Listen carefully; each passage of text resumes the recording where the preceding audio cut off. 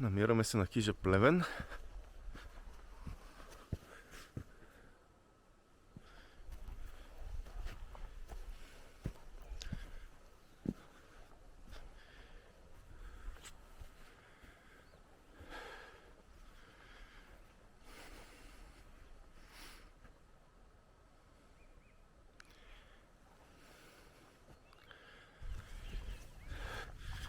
Тръгваме от хижа Плевен.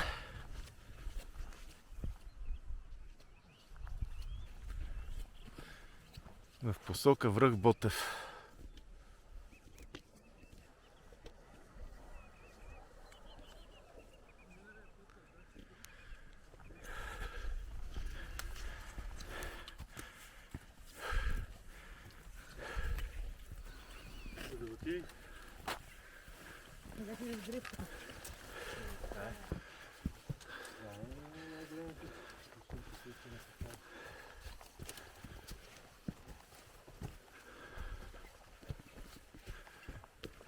Знаем за него.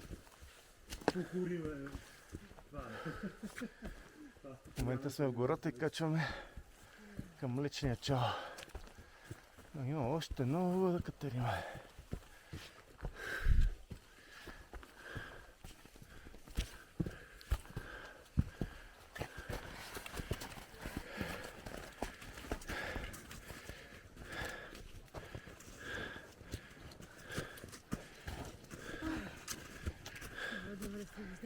Да. О, не уши. Не пътечка.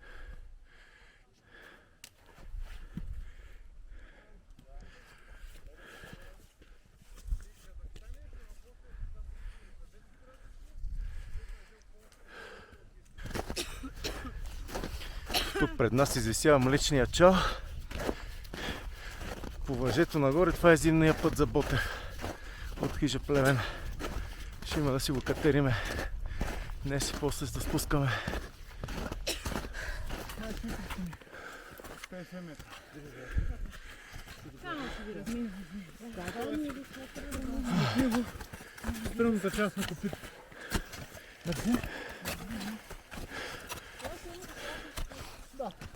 Но толкова близо не става хубав клипа, ама давайте нагоре.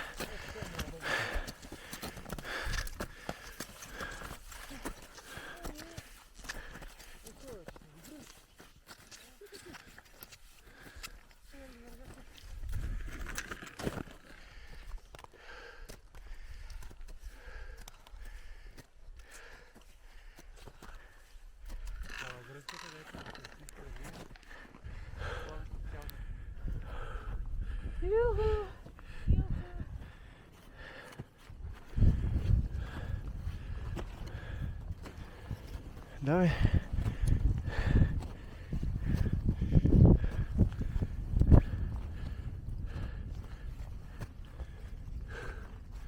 Още малко и сме на Млечния чал. Излезохме вече на билото и сега ще захождаме да катериме връх Ботев, но има още време. Първо трябва да отидем до заслон.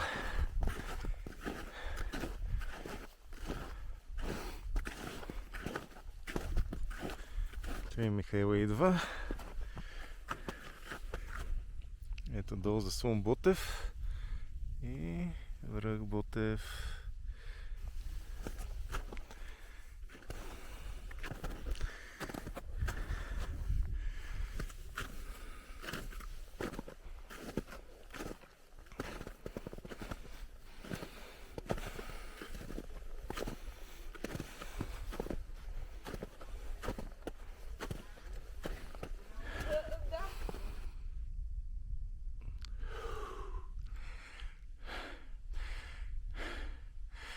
Се пода от облаците, кулата на Ботев. Моята група е по-надолу, не се вижда.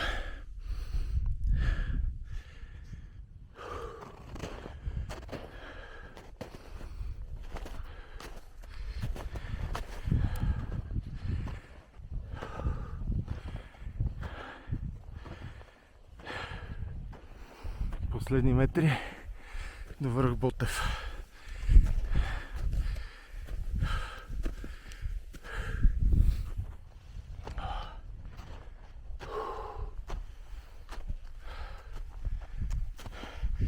Тук на върха леко облаче има. Скривани гледките. Но да много разкара в скоро време.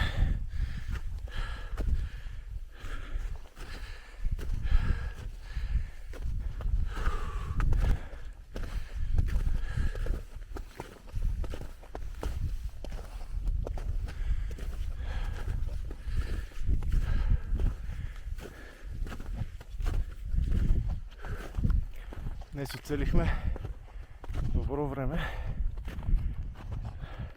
Слънчево с леки така облачета и почти без вятър.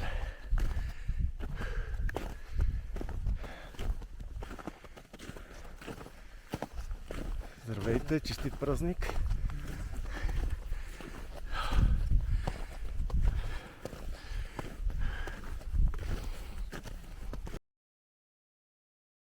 Планина е доста голяма рядкост. Това е един от... Защото казва, че има в годината колко 10 дни или слънчеви на Ботев. Нещо такова, да. Значи сме късметли. Днеска е разкъсна облачност, да. Ема, Аз тук от едно време, защото тук ми почнаха планинарските изпълнения, сега се бъдъках, че магиосната са облаци си на кулата прави облаци. От 9 до 6.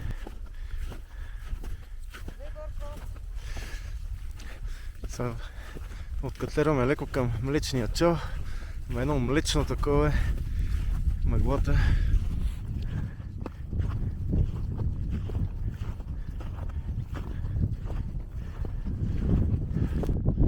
Тук седим в момента си почиваме. Слизам от млечния чал по въжето. Долу към Кижа Плевен. Днеска беше много хубаво времето.